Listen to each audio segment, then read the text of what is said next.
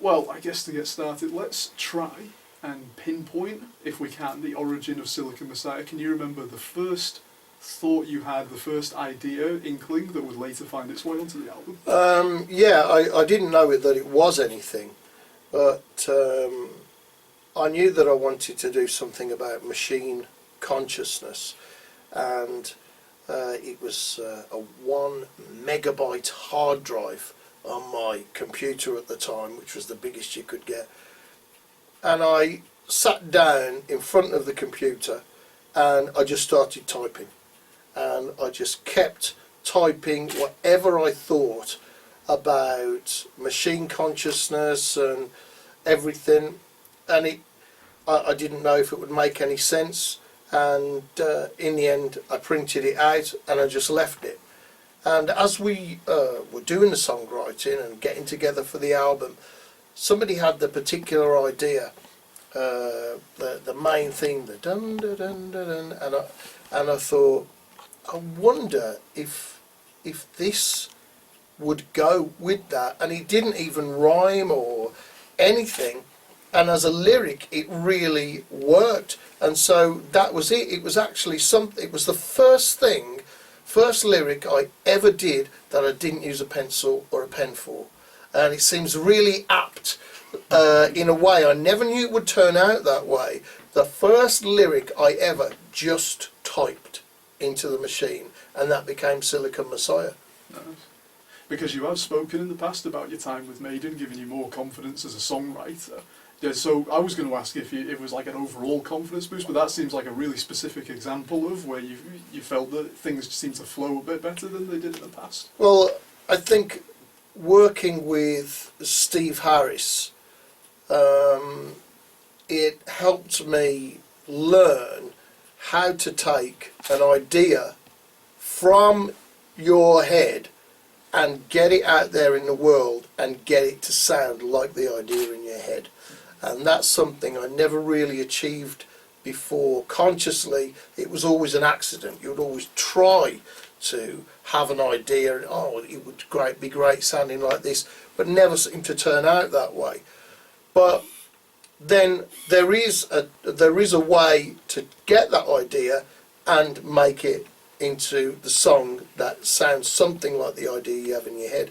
And that level of confidence really is something that came as I worked with Steve Harris and the rest of the guys in Maiden, doing Man on the Edge, Future Real and Virus. I think those were the 3 key songs that really started me thinking in a completely different way. And then seeing Steve Harris come into the studio with his ideas for Sign of the Cross, The Klansman, for The Unbeliever, then that was, okay, starting to get that relationship between the two. And I did a song called Como Estas Amigos, and I had all the lyrics and I had a lot of the melody, and I'd worked on it with Yannick Gers, and then Steve helping me arrange it, getting into perspective. I go, no, it goes like this, and no, I don't think it goes there. I think what it really does to tell the story, it goes in that direction, and it does this thing there. And that really helped me. And so after, instead of thinking, I wonder if this is a good idea, you think more, how do I make this idea work? How do I get this idea to materialise, to make it make sense? And I think Silicon Messiah was one of those. That's one of the first songs that happened with, where it's such a fragment, a random fragment almost, that I just picked up a piece of paper and went, I wonder if these are lyrics. And they were. How soon after you departed Maiden did you decide that you wanted to be your own band, so to speak, your own man? Because, as you say, being, Blaze the band, that would mean that you were essentially in control of everything. You're in control of the songwriting, the production, how everything turns out. When did you make the decision? And what is the timeline from leaving Maiden through to the album's release? When did you recruit your new band members? When did you start recording finalised songs? Well, I started when I got home, really. We had a hideous meeting where I was out of the band, and I got home, and I've always been in a band, and I thought, well, it's the only thing I know how to do, really. So how am I going to do it? You know, it's the first time that I'd been on my own and not part of a band. So so I started making some notes. I spent about half an hour doing some notes of what I could do, and what I knew was, from my own experience, that there's so many talented musicians that just don't get a chance. The way that the music industry works with A&R men and things like how it did at that time, then there are great people who are much more talented than me, that just don't get a chance. Things don't fall right for them. And as hard as they try, sometimes the best people just don't get through. And I knew that there were people out there who'd never had a chance to make an album but were good enough. And that kind of gave me the confidence. I thought, I'm going to find people that more or less unheard of worldwide, but are doing it, are in their own bands, are making music that's good, but I just haven't had a chance to have a major release. And did you have particular people in mind, or was it a no? There was nobody. process? I didn't know anybody. And EMI gave me they did me a massive favour. They said, we'll put out your press release for you. And so I wrote that press release, and I said, well, I'm putting a band together and I'm going to make an album, and if you would like to be a part of it, it's going to be metal. You have to 100% believe in it.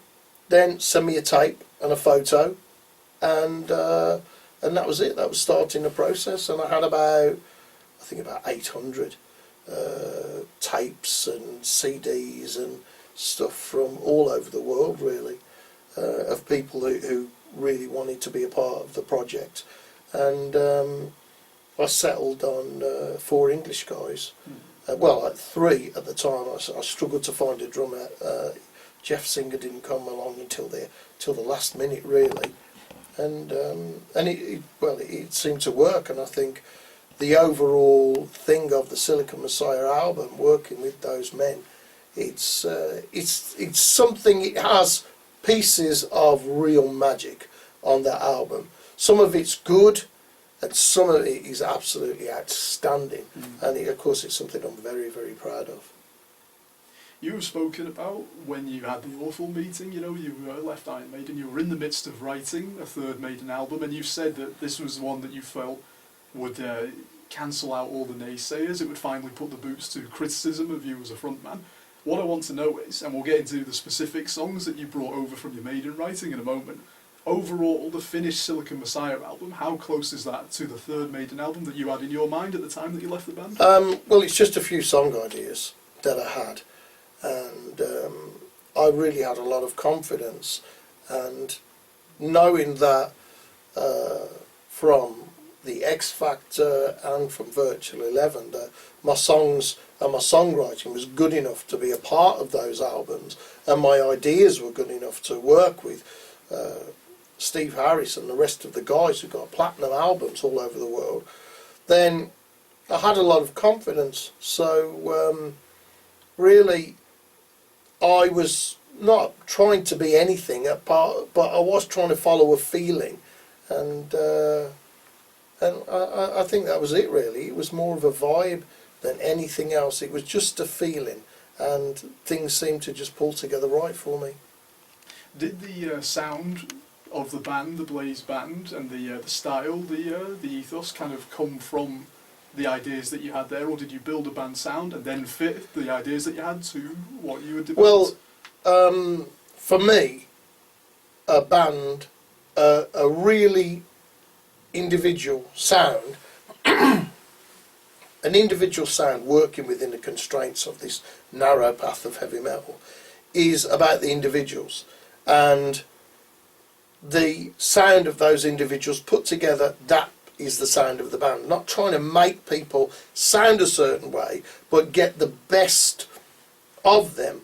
And I think that worked. And of course, Andy Sneap, I approached Andy Sneap to be the producer, and he said yes. And I think I was one of the first like mainstream metal singers that he'd worked with, and it was great. It really turned out well. So I think the sound of those men together, and the way we did the songwriting, we didn't rush it. We kind of did a bit, took the songs home, listened to it over a couple of weeks, went back, brushed up, polished, worked on something new, and it was over about 6 months that once we got the band together, that we did that. And you can really feel that there's that. Of course, it's rooted in a classic metal, British metal edge, but there are those influences from from more of what was modern at the time. It's interesting because, I mean, from leaving Maiden to the time of the album's release, I mean, it's just over a year, really, which for such a well-written and complex album, I thought at the time, because I was only a little kid back then, I thought this is a really quick turnaround. And you said, not rushing ideas, not doing anything, just all seemed to fit together, you'd say. It all seemed to kind of... Yeah, well, quickly. People waste a lot of time, and there's a lot of arty-farty stuff that people think they have to be in the mood.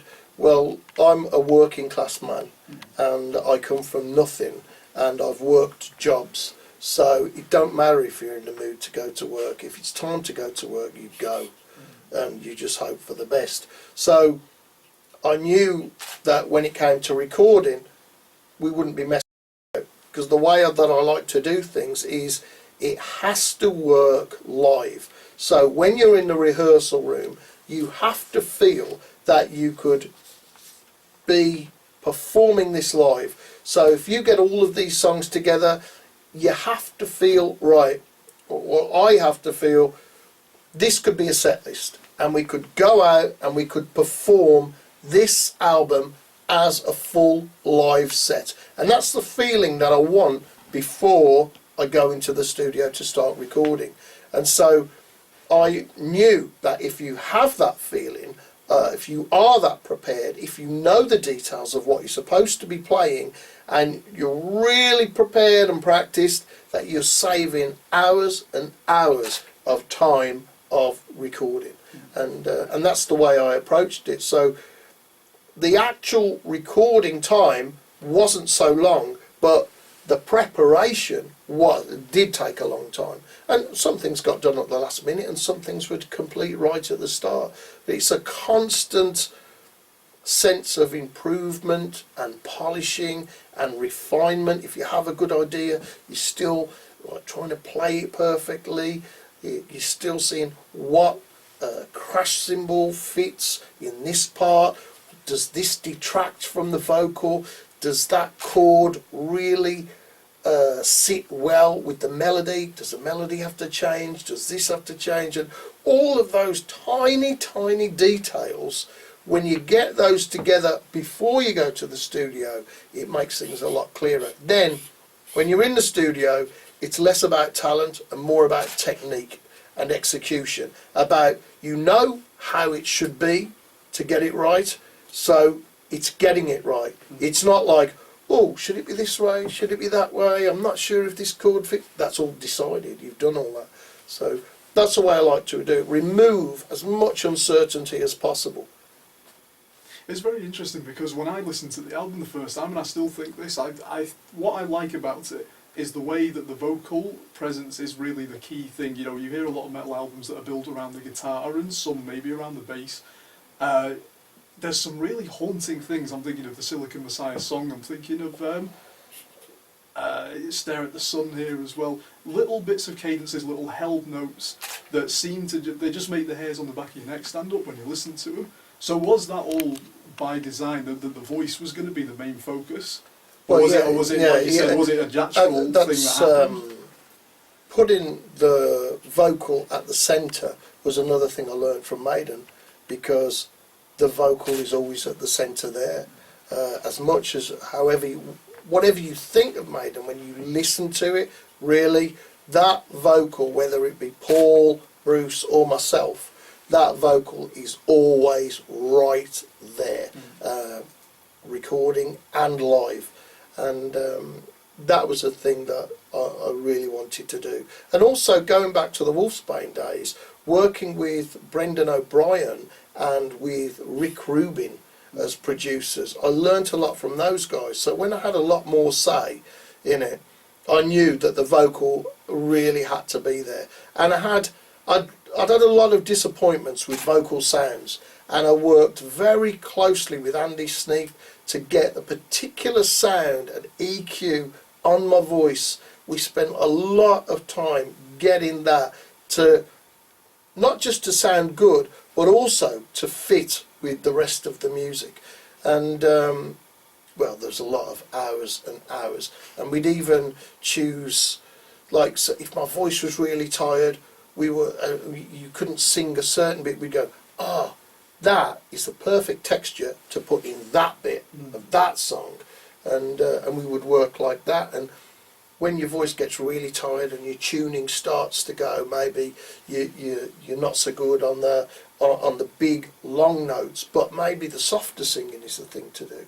So that's the way we did it, and it really felt like we were making something, and we constantly refined it as we went, and we had a lot of luck as well. You know, you can't do these things without being lucky, and that was it. And everybody contributed as well. You know, during the writing stage, people were coming, maybe the vocal this way, maybe this phrasing, and I practiced and practiced and practiced, you know, to get it right. It had to feel that it was comfortable to sing, and it had to feel natural, which on some recordings I'd done in the past, you would get the melody, and because of the nature of recording, you wouldn't leave space for a breath. And I think it detracts from the emotion, because it feels like, well, they're not talking to me. And so what I wanted to do was put back the breath and the intonation as like, I'm talking to you. I'm not just singing to you. I'm telling you this story that's from my heart, to make it a part of it. And I think, you know, I'm very pleased with the result, but it wasn't an accident. How many songs then are left over from the writing that you would do for Maiden? You've spoken of the title track, the launch, Stare at the Sun. How many songs were either fragmented ideas? Did you have anything that was a complete idea? No, I didn't, because I was expecting to work with Dave Murray, Steve Harris and Yannick Gers and various, you know, components, various variations of that on the song. So I had a couple of what I thought were very strong chorus ideas and melodies, and a couple of lyric ideas that I thought, these are parts that I will sit down and go to Yannick, I have this part, or sit with Steve Harris, I have this chorus, or with Dave Murray, I have this idea with this lyric, you know, to take. So I had these things that I'd been saving on my dictaphone, and lyrics that I'd been writing on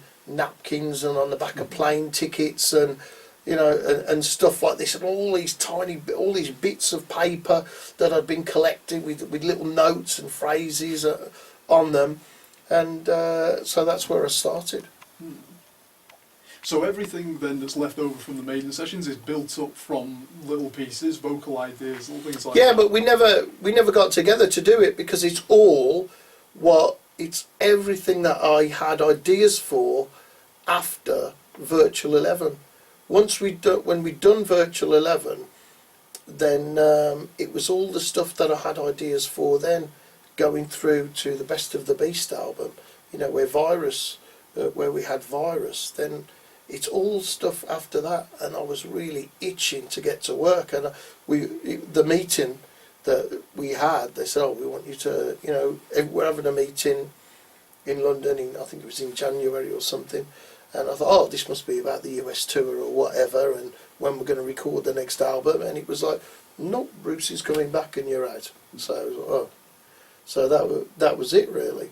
So then, once I had time to get myself together, I started getting out these pieces of paper, listening to the ideas that I had on cassette tape, trying to find the melodies and start piecing things together. And gradually, as I started to get the band together and try these ideas with people, that's when I really felt like this possibly could be something very special. What did it feel like when you sat down to write a completely new idea? Like I said, for the first time, you were in complete control of everything. You know, you're in charge of the way the music is getting done, the way the lyrics are doing. Nothing left over from Maiden, like songs that were just Blaze originals for the first time. Was it easier or harder than working on ideas that you'd already established? Well, I always work in a partnership, so working with Steve Ray and John Slater and Rob Naylor with all of the songwriting, then we'd work sometimes one-on-one and sometimes the four of us together. And if I had a strong, we'd always start with a strong idea, never from nothing. It'd always have to be a strong melody or a strong lyric or a strong piece of guitar. We'd always start with something. And so I think the main thing where I relished having some kind of control, for want of a better word, is when it came to the arrangements. Then in my heart, and with the experience I had from working with the guys in Maiden and working with Rick Rubin in the past, then when it came to the arrangements, it was that chorus doesn't happen there. And those were the things where it really made the difference. So there are some unusual arrangements on there, but they're not really unusual compared to what was on the X Factor and Virtual 11, because that's where... Great sweeping numbers. That's it. That's where I learned that the chorus doesn't have to go there. The verse doesn't have to be this length. This intro doesn't have to be like that, because the fantastic, liberating feeling of writing with Iron Maiden was, it just has to be good. It doesn't have to conform to any standard thing that anybody has ever said or you've ever learned. It just has to make sense to you in the band. So if it doesn't have a chorus, it's okay. If it has a long chord, it's okay. It doesn't, and that sticks with metal and rock and real expression, that you're not worried about creating something that will be popular. You want to create something that reflects your feelings, and then you hope that the fans you have will like that as much as the other things they like that you did. Is Silicon Messiah a concept album?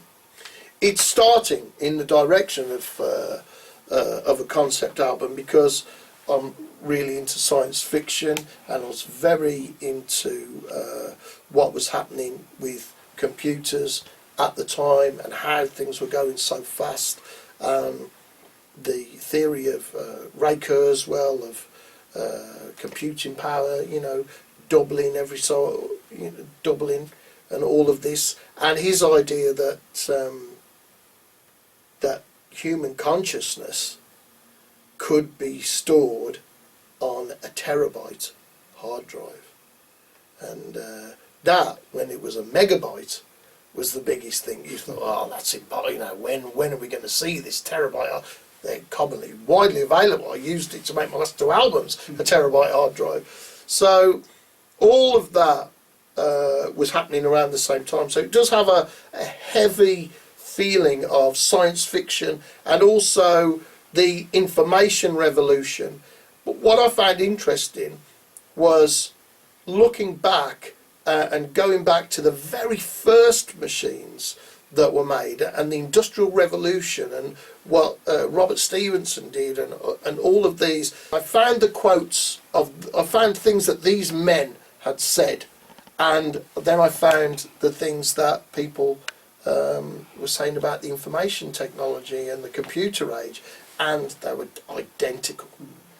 So those quotes go around the lyrics on the album, different quotes from like 1800 and from the start of the Industrial Revolution, and also from the start of the Information Age, and from Einstein. So give us some examples. Well, Einstein said, none of my greatest discoveries came from my knowledge of maths, they all came from my imagination.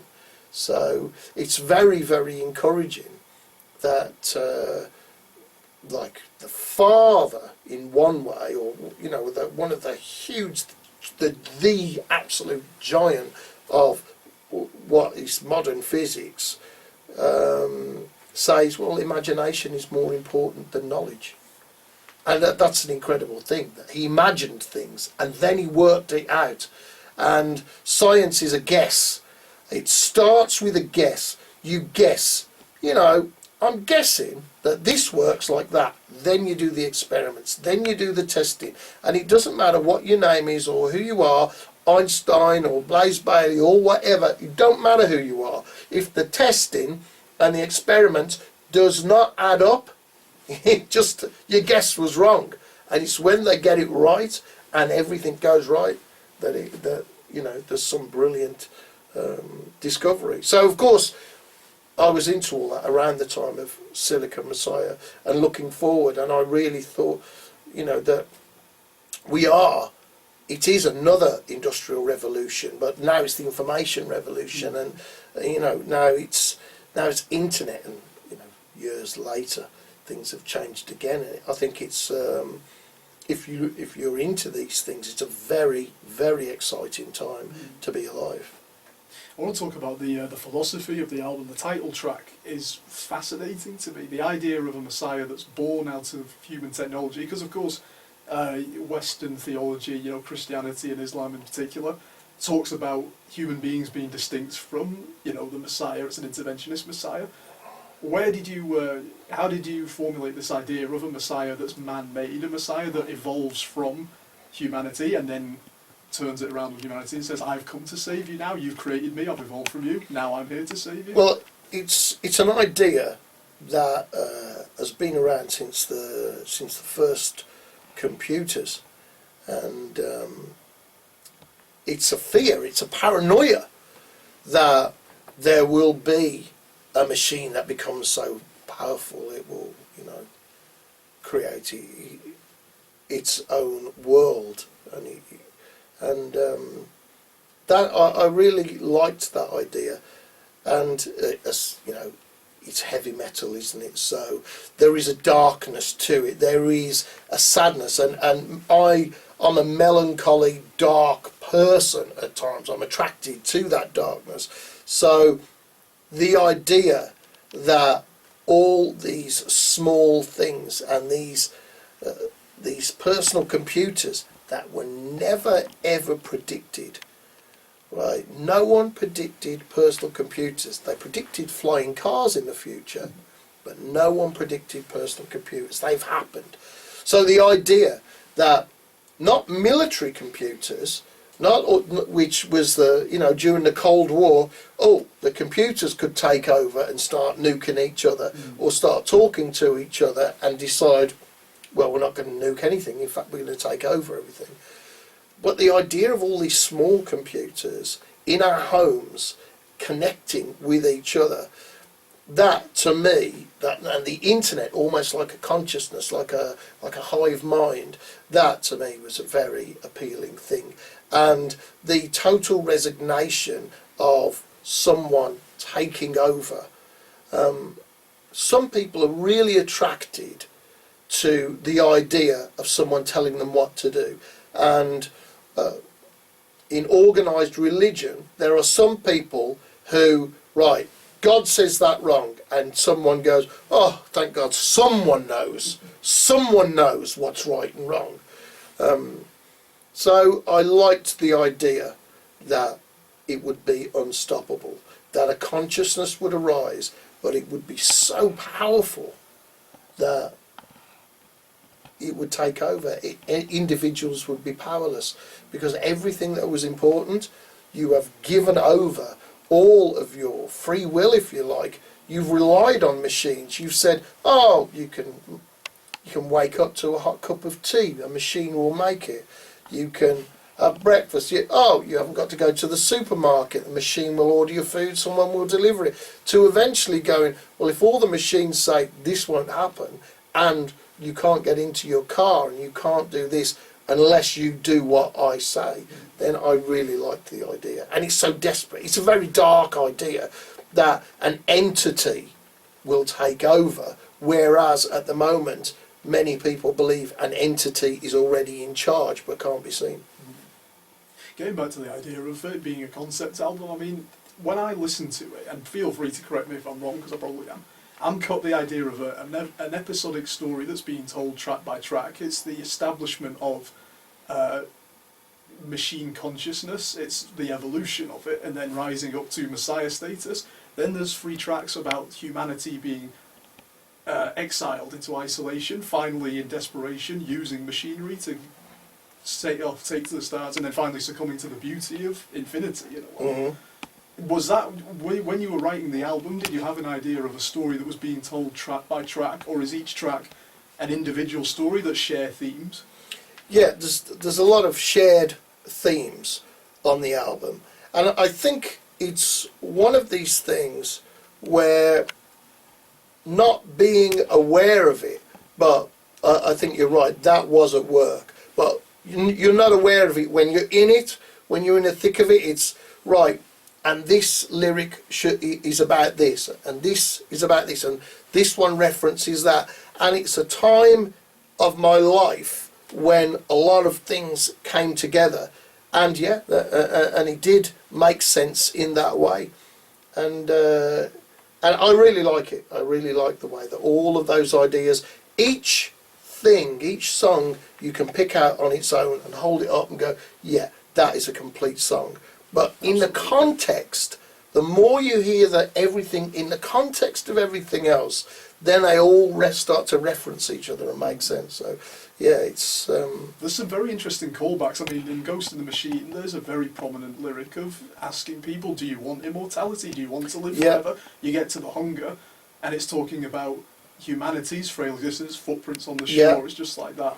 It's kind of harking back to where, you know, the machines can live forever, the machines can be a conscious that lives forever. Humankind, on the other hand, it's becoming extinct, it's going to go just like that. And when you start listening to the whole album repeatedly, as I have done, because it's an amazing album, you start to see these little snippets of things that are just, they hark back to other songs, and you think to yourself, this is a whole story right here. From Ghost in the Machine right the way through to Stare at the Sun, it's the evolution of machine kind taking over, and humanity in desperation just fleeing into the stars and then succumbing to the stars. That's the way I interpret it. I mean, I'm probably dead wrong here. Well, for me, there's a certain desperation that nobody admits in abdicating your responsibility to machines, to say machines will sort this out. We've made some software that can sort out this problem. We'll get the machines to run the traffic lights. We'll get the machines to turn on the heating. And in everyday life we'll get, we won't have to remember the birthdays, we'll put them into the machine. The machine will tell me when it's the birthday. The machine will warn me when the birthday is coming. I no longer have the responsibility of remembering the birthday. The machine will tell me. And these tiny responsibilities we give away until they're gone, and then we can't get them back because somebody else blackmails us with them. So you would say then that Silicon Messiah, as it stands, the album, the finished album, it's a combination of all these ideas that were floating around in your mind of machine consciousness, digital age, what it means to be a human going into the 21st century, snippets of ideas that you had that you were going to work on for Maiden that you had left over, you brought them with you, and then getting together your own band, getting together a Blaze band for the first time. So it's a combination of ideas that are deep-rooted in your mind, certain specific things that you would come up with, and then just a natural, organic writing process. because, like I said, when you listen to the whole album, it's so intricate and it's so layered. Like, I can't imagine anything other than just, a very precise and complex, writing process. But it seems they all kind of seem to flow in a way. Well, my own personal philosophy is that as you decide your direction, then the universe will start to show you the doors you have to walk through. When you decide where you want to go, the universe will start providing you with the tools to enable you to go there, if it's a worthwhile and worthy thing. And I think that's what happened, that this was, it was something that was done for the best possible reason. It wasn't to make money, it wasn't to be a big star, there was nothing selfish about it like that. It was purely done from the will to make the album, to say these things, to have these songs together, to find these people, to make this thing. It was there to be done for its own sake and for no other reason than to, right, we'll make this great album, perhaps we'll be able to go on tour with it. So that was it. So I think it was made for the right reasons, and that's why this whole consciousness became a part of it, and that's what ties it together. It sounds very arty-farty, but it's something I really believe, that when you ask a question, if it is the right question at the right time, then you will find, to your amazement, that you are given the help that you need. It's nothing to do with religion or God or anything like that. It is just the way that the universe works. That's my belief. If it feels right, generally it's right, and it felt right. Do you feel then that this album represents Blaze Bayley more than any other work maybe that you've perhaps done? Maybe you've surpassed it since? It's of its time, and I think most artists say that about their work.